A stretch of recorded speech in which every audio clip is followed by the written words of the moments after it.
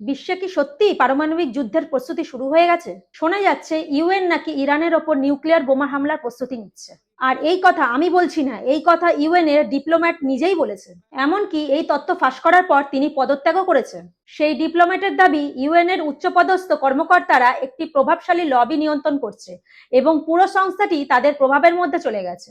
শুধু তাই নয়, ন্যাথানিয়েল রথচাইল্ড একটি পোস্টে লিখেছেন, দ্য এন্ড ইজ নিয়ার, যার সোশ্যাল মিডিয়ায় ব্যাপক উত্তেজনা তৈরি করেছে।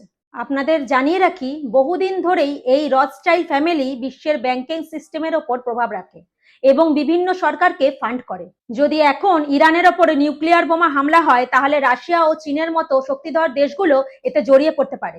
সেই পরিস্থিতি কতটা ভয়াবহ হতে পারে তা কল্পনাও করা কঠিন। অনেকেই মনে করছেন এই সংঘাতের মূল কারণ তেল, কারণ ডোনাল্ড ট্রাম্প আগে ইরানের তেলের বিষয়ে নিজের আগ্রহের কথা স্পষ্ট করে দিয়েছিলেন। আমেরিকায় ৮০ লাখেরও ওপরে সাধারণ মানুষ নো কিংস আন্দোলন শুরু করেছেন ডোনাল্ড ট্রাম্পের বিরুদ্ধে, কেননা তারা ইরানের বিরুদ্ধে যুদ্ধ চায় না। এই পরিস্থিতিতে পারমাণবিক যুদ্ধের সম্ভাবনা নিয়ে আপনার কি মত? কমেন্টে অবশ্যই জানাবেন।